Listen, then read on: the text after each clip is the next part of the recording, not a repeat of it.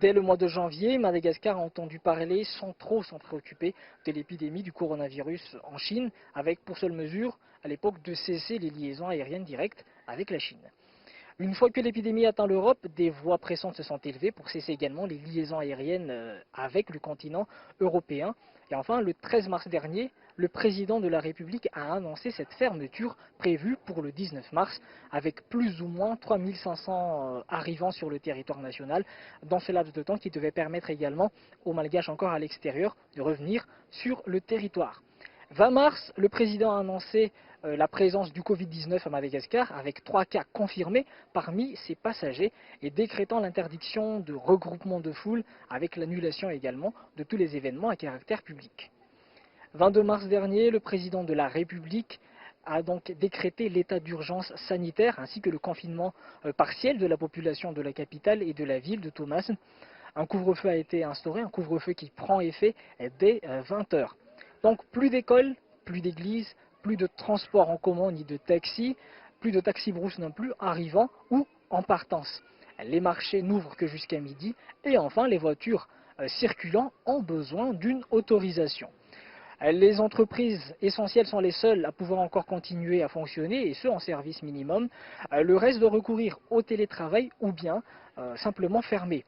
Des mesures certes strictes en centre-ville mais nettement moins suivies dans les périphéries immédiates.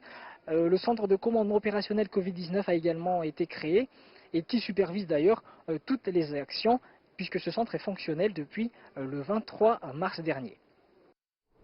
Alors comment le système de santé malgache s'est-il préparé à cette crise?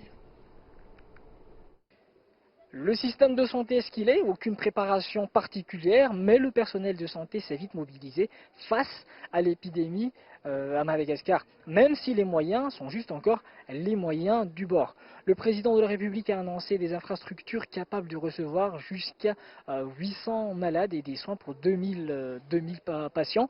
C'était le 26 mars dernier qu'il a fait cette annonce lors de son rendez-vous quotidien de 20 heures sur la télévision nationale malagasy. Alors récemment, des responsables et des médecins du ministère de la Santé publique malgache ont participé à une visioconférence avec des experts chinois sur la lutte contre le Covid-19.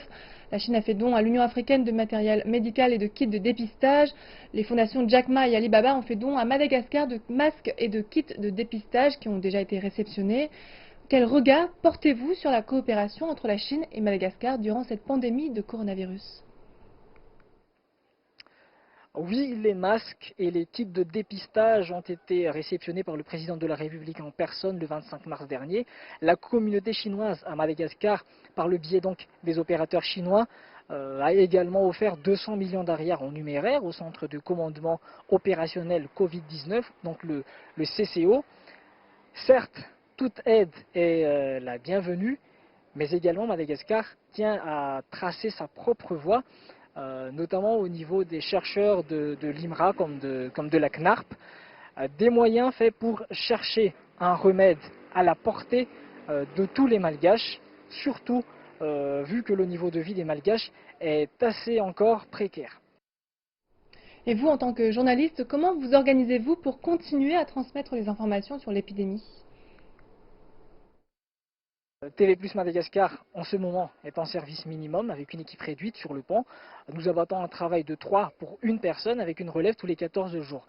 Donc pour le moment, nous n'en sommes encore qu'à la première quatorzaine de confinement, mais nul ne sait de quoi demain sera fait. Et TV Plus Madagascar se prépare déjà pour la deuxième semaine de confinement, donc pour la deuxième quatorzaine de confinement. Donc nous espérons tous, de tout cœur, comme tous les Malgaches, que cette situation prenne fin le plus rapidement possible et que nous pourrons éviter une catastrophe économique et des effets d'une trop longue période de confinement.